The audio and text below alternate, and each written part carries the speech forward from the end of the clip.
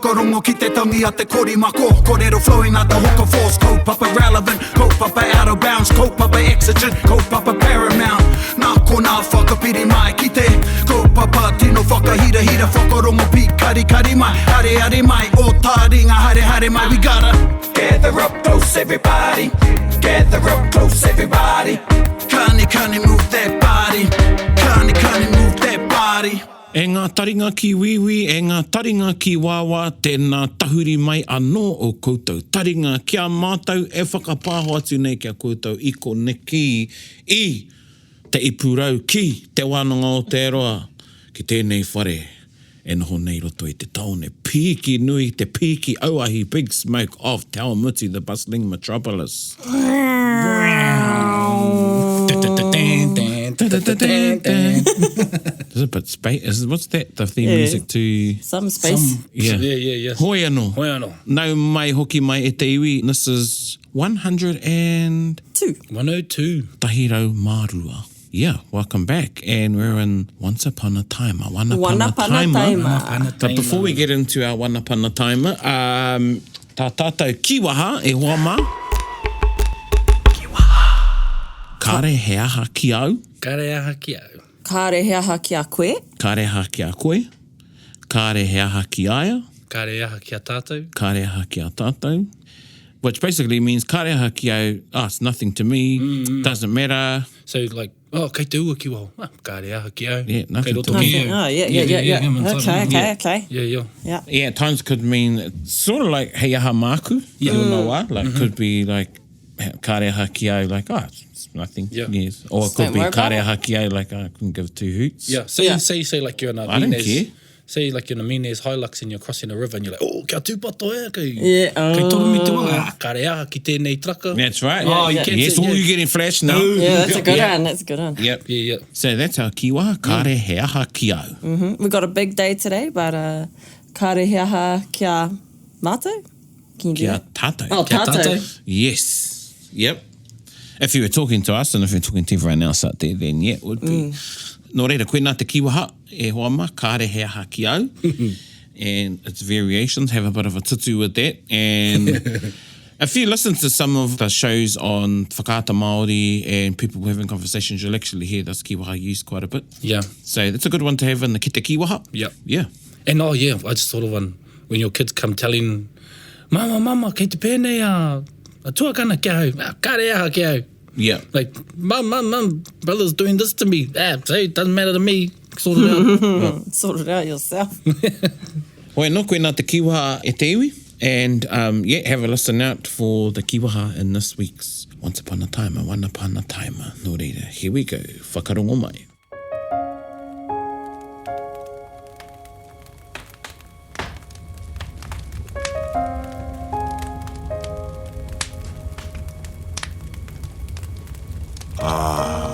Nice and warm now with our ahi.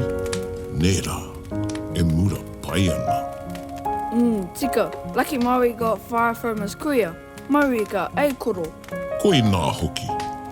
You feel extra lucky too on a cold day like this, as matariki is upon us. Ooh, yeah, I like to stay by the fire when it's maike.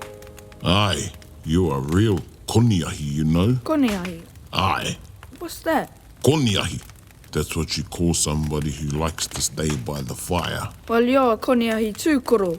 Tika. I like the fire. I feel warm outside and inside. Ka te tiroa hau ki te ahi, ka hoki aku mahara. I think lots when I look into the fire. Me too. Fires are good for thinking time. And you know what else? Hea hana, It's a good time for a story too. kia pai mai hoki tēnā whakaro. Well, you already know about Maui and Mahuika. Yeah, all of the korero about Maui are cool, but we haven't spoken about Tāwhaki in a while, koro. Ai, ka tika tāu. Kua ahua roa hoki. Āhua, kua roa rawa. Well, you haven't been around for a visit in a long time either. Hoi anō. Where did we get up to with Tāwhaki? Well, we talked about his birth and stuff, you know, and growing up and learning karikia. Ka pai, ka pai. good, you remember. And have you been doing your karakia like Tāwhaki? Of course, Koro. My favourite karakia is the karakia before kai. Ha te kihi koe moko, your hard case all right. Well, we're going to have another sort of kai now, te kai a te rangatira. Ko te kai a te rangatira, he kōrero. He kōrero, e mea ana koe, ko te kai a te rangatira, he kōrero. Now, Tāwhaki and his brother, Karihi? koina, karihi, ka haere rāua ki te kite i tō rāua tuahine. Oh, cool. They went to see their tuahine, Pūpū mai, ne? Kona tāna ingoa? Ai, ko Pūpū mai. They went to see their sister. When Pūpū mai saw her brothers, she knew they had a good reason to go and see her. You see, Tāwhaki wanted to find their tūpuna, their grandparents. That's why they went to Te Pukeki Tauranga, where Pūpū mai lived. Oh, Tauranga, that's where the main fish and chips are, Koro. Oh, and Mauau. Man, that's a mean walk up there too. He tauranga anō tērā. That's the tauranga we know of today, but Te Pukeki Tauranga is another place. Oh, okay. So, no fish and chips? Kare kau e moko. Geez, we just had lunch and you're talking about food. Koro, it's the afternoon. We had lunch ages ago. And we haven't had fish and chips in ages. E wau nā hoki. Well, maybe we'll have fish and chips for tea. Back to Te Pukeki Tauranga. Oh, sorry, Koro. So, Tāwhaki and his teina go to Te Pukeki Tauranga to see Pūpū mai, their tuahine, who would tell them how to find them? Ai, koe nā hoki. She would tell them how to find their tūpuna. Their names are Whaitiri, who is their Their kuia, their name. Ai, and Kai Tangata is their koroua. Hoi anō, they told Pūpū mai they were looking for them, but they were nowhere to be found. Pūpū mai agreed to help them, but to leave it for the next day, and they'd have to go down to the shore to look at the moana. That sounds like you and Nan, Koro. When she tells you to do something, you say, I'll do it a popo. Hei a koe hoki. Hoi anō, the next day they went down to the sea, where it's quite rocky, at Te Ako, and they looked at the rimurimu. That's seaweed there, Koro. Ai rā. Pūpū mai asked how the rimu looked that day in comparison to when Tāwhaki and Karihi arrived. Tāwhaki said it looked the same. Pūpū mai said it was no good to cross the moana. They had to wait until the rimu changed direction. What were they looking for? The rimu would tell them when the ocean was right for them to cross. Many people who go to Ruku Kai look at the rimu for the tohu, for the signs, to see if the moana is right for them to dive. Oh, so Tāwhaki and Karihi were going diving. Karekau. But the rimu would show them if the moana was right to cross. How were they going to get across? Well, I'm getting to that. Engari, he nui tō Pākiki. Aha te Pakiki. What's Pakiki? Kaore I tū atu I a koe. You're a Pākiki. Oh, yeah, right. No reira, back to Tāwhaki and Karihi. No reira. They waited for a time. They'd go back and have a look, go for a whikoi, then go back and check again. Kātahi ka ki te ake, kua tika. They saw the rimu was going the way they wanted it to go. A good tohu, a good sign. Pūpū mai said the time was right for them to cross the ocean. She told them to step onto the crests of the waves, te tihi o ngā ngaru, and do not step in between, in the hollows between the ngaru, or they would drown. Wee are. That would make them wave walkers. That's mean. Pai tēnā kōrero, wave walkers. So off they went, walking on the crests of the waves, and of course, they had a karakia to help them walk on the waves. Huru tākiri tia I rarohara, I te ki pō atu, horahi nātu te moana e pātoto, e takoto nei, horahi nātu te moana wai wai, e takoto nei.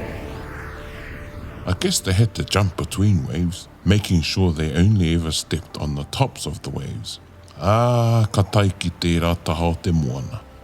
They got to the other side of the moana. Te moana tā poko poko a Tāwhaki, the billowy ocean of Tāwhaki. Oh, cool. I knew it was through Tāwhaki that it got its name, but I didn't know the story. Well, now you know, Moko.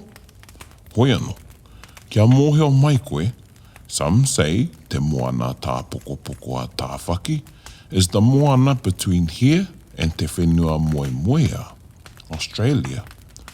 And our whanaunga in te Waipounamu say te moana tā poko poko a Tāwhaki is the moana to the east of te Waipounamu, the South Island. So where did they end up? Australia or South America? Tō kerewa hoki. You're just too clever, Moko. Well, who knows?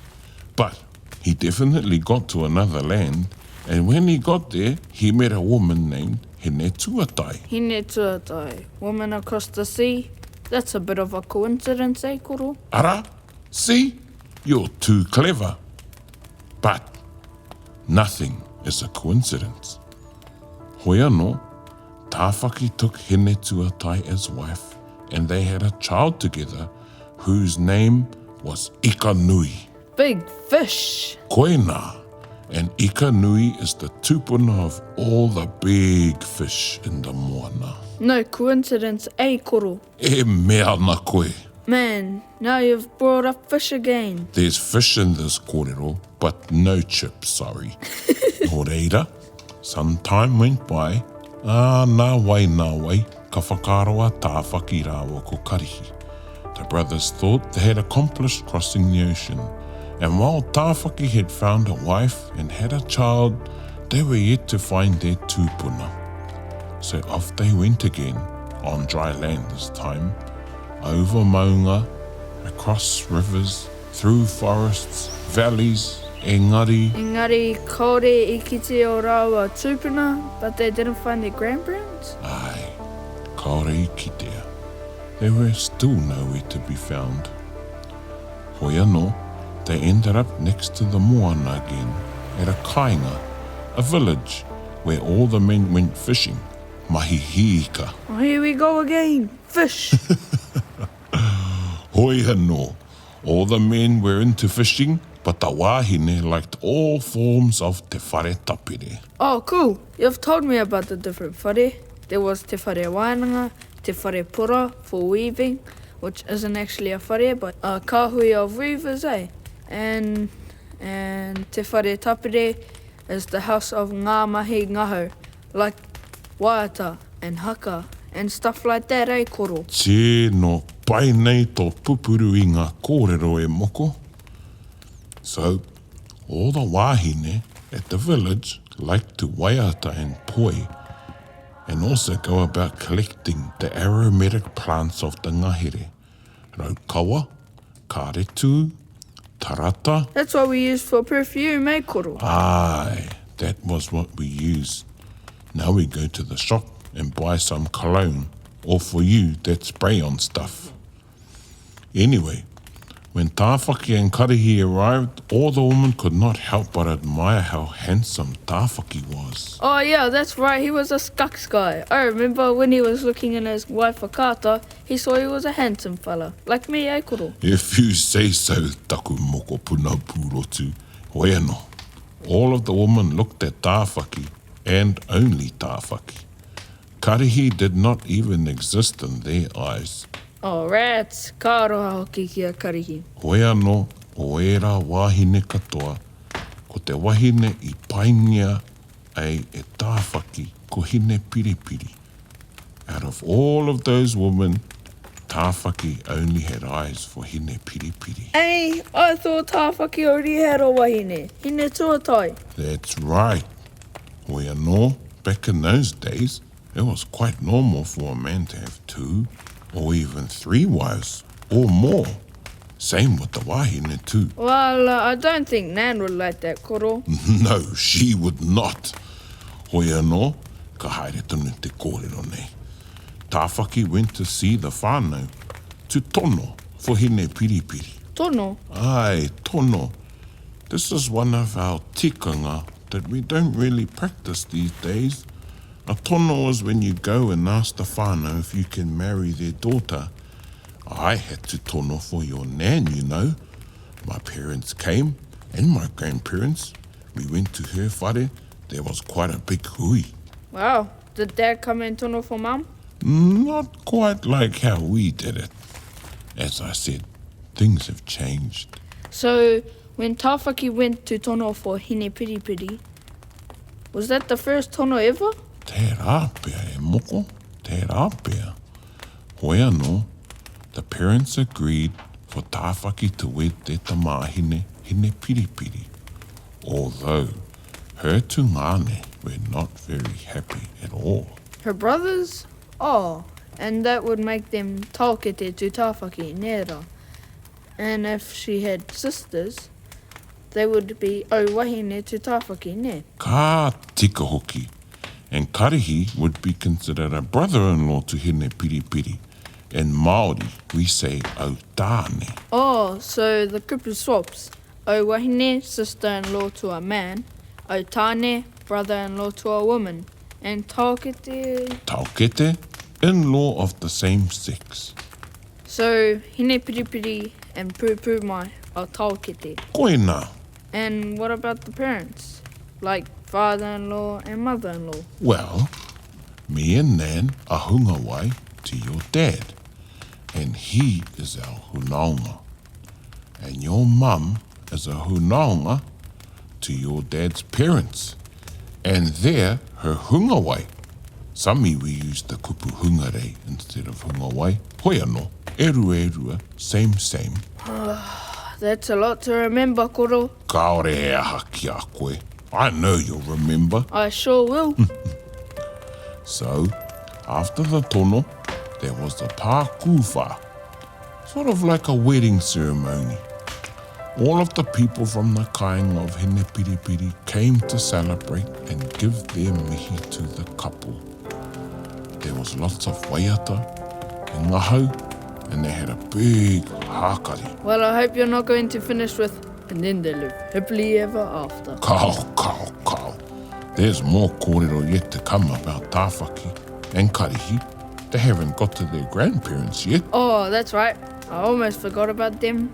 With all this kōrero about tono, pākuwha, and hungawai, and hunonga, and taukete.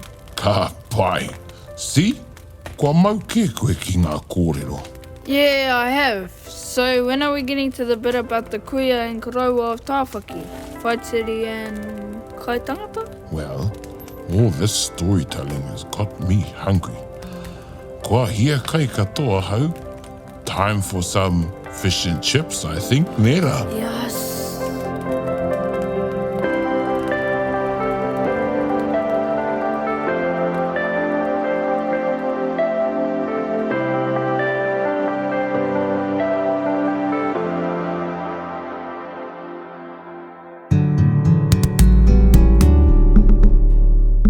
Te ara o Tāwhaki iwi. Remember that song? Yeah, who did Enlighten that one? us. Kua hina That's toa. from you. That's from Iwi. It was one of the ones on the Iwi album. Yeah. You know, Kimo Waniata and... Tēnā koe Kimo. Still love your raps. Te ara o Tāwhaki. Anyway, Did he get to South America or Australia? well, the other interesting thing is that wherever he ended up, they also had those aromatic plants that we had. That's what I thought when I heard that story. Yeah. Or were those names that we bought from Hawaii? Hawaii, yeah. Who knows? Because some of the plant names that we do have today, we did bring some of the plant names from Hawaii with us. Oh, wow. Okay. But yeah, which way did he go? Did he go west? Did he go east? East, yeah. But yeah, koina, and you may have heard me and some of my mihi, or you may already have heard of te moana tā pokopoko a Tāwhaki, the Bluey Ocean of Tāwhaki. But pretty cool, eh? You stepped across That's the waves. cool. Yeah. Yeah. And you have to Wave step on the walking. peak. Yeah, wave walking, yeah. Yeah, wave walking. What were you going to say? Step on the peaks. Yeah, The peaks of the waves. Yeah, just step on the peaks of the... You sound like te tuatea o te... a seasoned wave walker. Manus. Wave creator, wave maker. You know, like some of our other kōrero tukuiho, you have to wonder what are the teachings in that story about walking on the peaks of the waves. Are there any akoranga in there? Yep. And seafaring? Seafaring, Yeah. Might have to have a kōrero tū hotu when we get hoturo on Yes. here eventually. The idea in sailing, even in modern day sailing, America's Cup, the more you keep your waka off the water, so like you can boast like, and my hull's still dry. That's a boast. You're like, oh, my hull's still dry because you've been on top of the waves. And once you get in, once it gets sunken, it's legs. Yeah. Yeah. It'll be heavier. And even when when you're traveling in a big ocean, like when the sea's up, you need to go head on into the waves. Yeah. You shouldn't, you don't travel in the trough. The trough, that's the one. So koina e tehi o nā akoranga, kāre kore I roto. Ai, tika. Do you look at the rimu when you go for a dive? You look at how Well, I just kind of instead of fighting against the current, I just go with it. You could fight against it and get tired. Yeah. Or you could just float along and wait for the swells to calm down, then get your kinas or whatever, then, it'll come back again. That's the one. You just got to So there's go another with teaching. it. You get in a rip or a current, just chill out. Yeah. Relax. The best thing you can do is relax and just go, I'm going on a ride. Tangaroa's taking me on a ride. I think too, just to be observant of tangaroa Yeah. and the environment and take notice of the taiao. Tika. Just reflecting back on our kōrero with Rereata. Aye. How he said at a particular time when they were going home, they didn't even need to use the oars in their boat. Because the tide will just bring it back in. Would bring Just- them back, would take them from Rawene back to their place. Yeah. I'm reminded of some of the whānau just went to Rekohu recently, Chathams, Cool. aka Wharekauri. AKA Big Powers. Yeah. And they went there for a week. They took a kawemate over of my uncle. Anyway, they were asking the locals there when's a good time to dive, and they said, you gotta wait till you see the rimu. If you can't see the rimu, it's not a good time. And they only saw it once. Well, So I heard you don't even need a dive there. You can just wait for low tide. see the kaimoana right they there. did, but the time they were there, the sea was up. Yeah. So they did go to a place where they pretty much only got their ankles wet. Yeah. So definitely there's some teachings in there. Yeah, that's cool. And also, it talked about tono, and that's a practice that we don't really see these days. No. Yeah. I've heard of one of late. Yeah. It's pretty rare that people tono these days. Yeah, I know one couple that did this. The tono. Yeah. Yeah. Yeah, so the male, he had to go and tono for his partner. But they've been together for years and years and years now. They're one of the coolest couples I know. Couple goals. Yeah. Would you liken the idea of tono to something like arranged marriage? A tono is a little bit different. A tono is when the marriage isn't arranged, but there is definitely a connection between you and somebody, and they're going to actually address the whānau that they would like to marry that woman. Whereas a tomo or tomo. Tomo. Tomo. Yeah. I think this is cool. We're gonna people get this mixed up. Is when there is a marriage, people are coupled. Yeah. Yeah. Well, the old people here, they start. Yeah. I've heard of when they're kids and they're like, we'll keep those ones together, and then eventually, Yeah. Even from in the puku. Yeah. There's like saying, I taumo tia te puku. So her womb was betrothed. Wow. The relationship was already arranged before the child was born, both children. Yeah. Yeah. So it's something that we've done as a tikanga that we practice to keep or to bring iwi together, or sometimes to maintain the connections within iwi. Yeah, well, Hapu. remember when we spoke to Taku Parai and he spoke about Paremata, the son of Te Pūho ki te Rangi, how was it Ngai Tahu? They arranged, or not arranged, but they married those two iwi together to stop a revenge attack. That's right. Yep. There's a tatau paunami. Tatau paunami, yeah. I was witness to a tono a few years ago. It was at my cousin's 21st. She might be listening, and her tane had been together for a bit. And Oh, already? Yeah. Yeah, so that's how it happens. You're together, but it could be now you want to take it to the next level. So Makes it official. marriage, The potential groom rings the up. pākuwha, Yeah. and his whānau, they put the tono at her 21st. Pressure. It was a bit, it was like way pressure, and because everybody, Everyone's there. had a few drinks, Yeah. and it was a bit intense. And anyway, our kaumātua stood up and said, at this point in time, no. Yeah. Wait, hang on. So I was like, cut a long story short, it went anyway. Oh, no. So, Oh, true. Yeah. Like, And I remember us, we were like, hey! We're like, what the beep, beep, beep, beep, beep, beep, beep. so the... and so later on, it didn't. There was over, it was the 21st, there was over, there's quite a lot of people there. Yeah. Yeah. And so, and the relationship didn't work out anyway. Is that what you're saying? Yeah, it didn't work out anyway. Oh, okay. So in hindsight, ka pai. Oh, Yeah. Kare aha kia tātou nāne. Yes. But in the case of a tono, does the family get to have that say? Like, they can say yes or no? Well, they consulted with her. Oh. Yeah, and she wasn't ready to...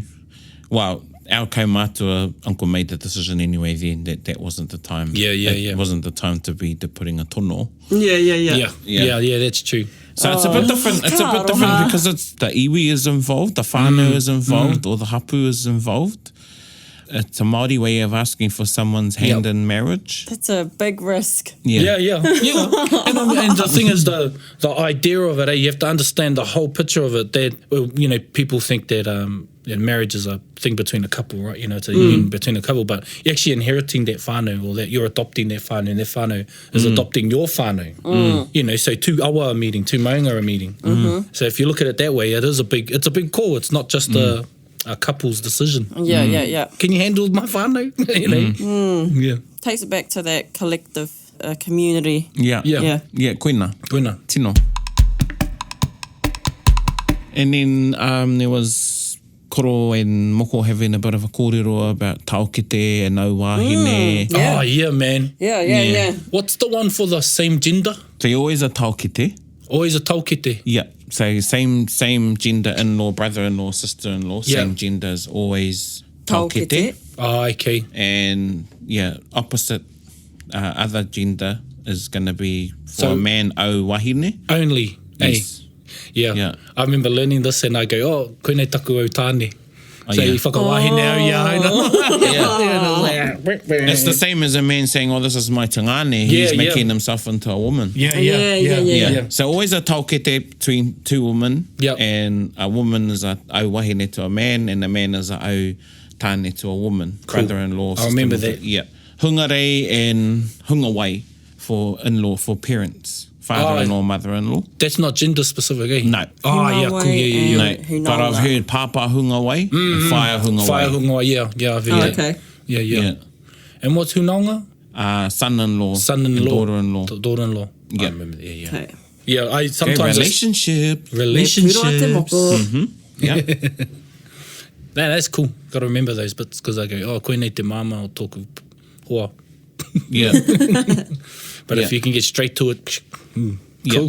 And then sort of bit of scene setting for the next Tāwhaki episode when that will be where you see that was number 2. Her taukete aren't impressed. They don't really like Tāwhaki, but we don't want to go too much into... He's got kōrero, man. Like he doesn't get the coverage. The coverage doesn't get as much coverage as say Tāne and Maui. Yeah. But his feats are just as important to remember. Yeah, and what's interesting is, and I think when you look at Tāwhaki, and if you do your research, you'll see Tāwhaki factors in a lot of our mōtetea. Yeah. And all iwi.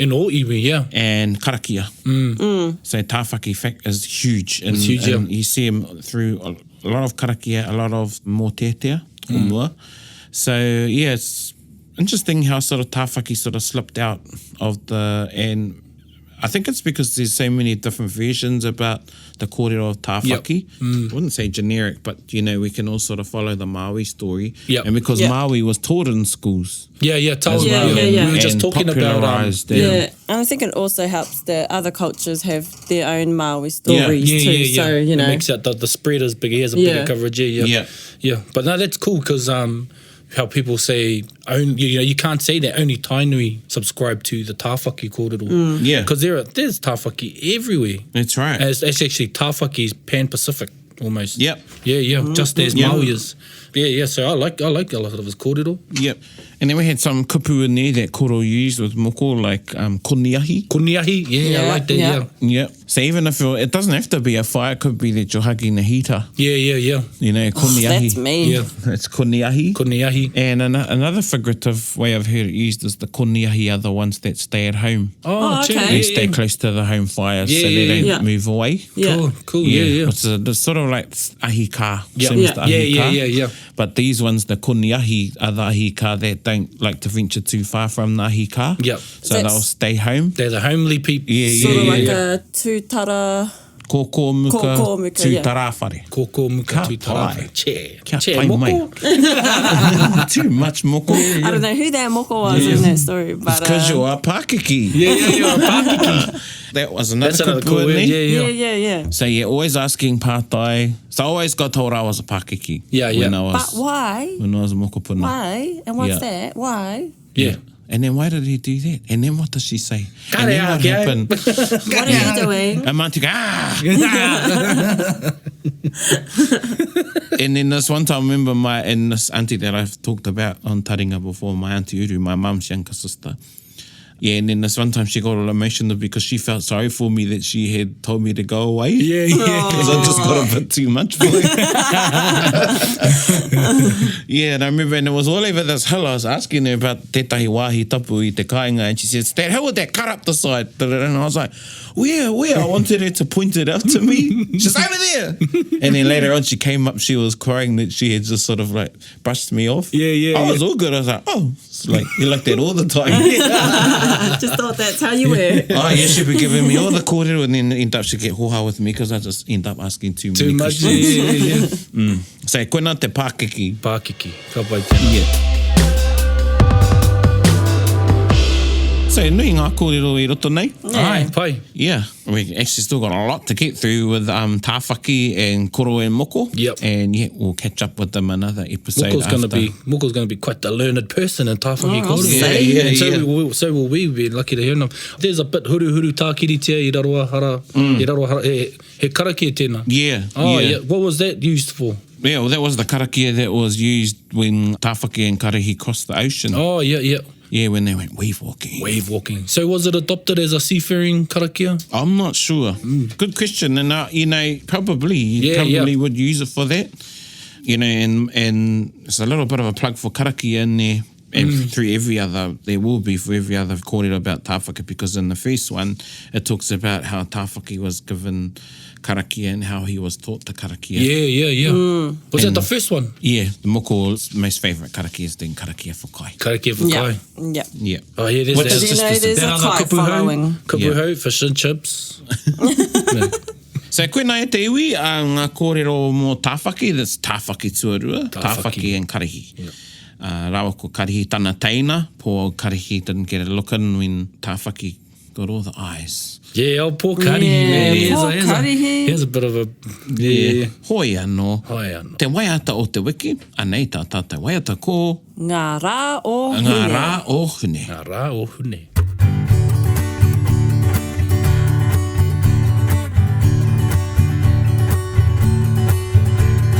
Te tatau o te whare a te hoariri, te tatau o te hare ngara o hune. Ngara o hune kara te patanga ki roto wai kato kāriro ko te rau me tā mahoko whituturi atura te tatau o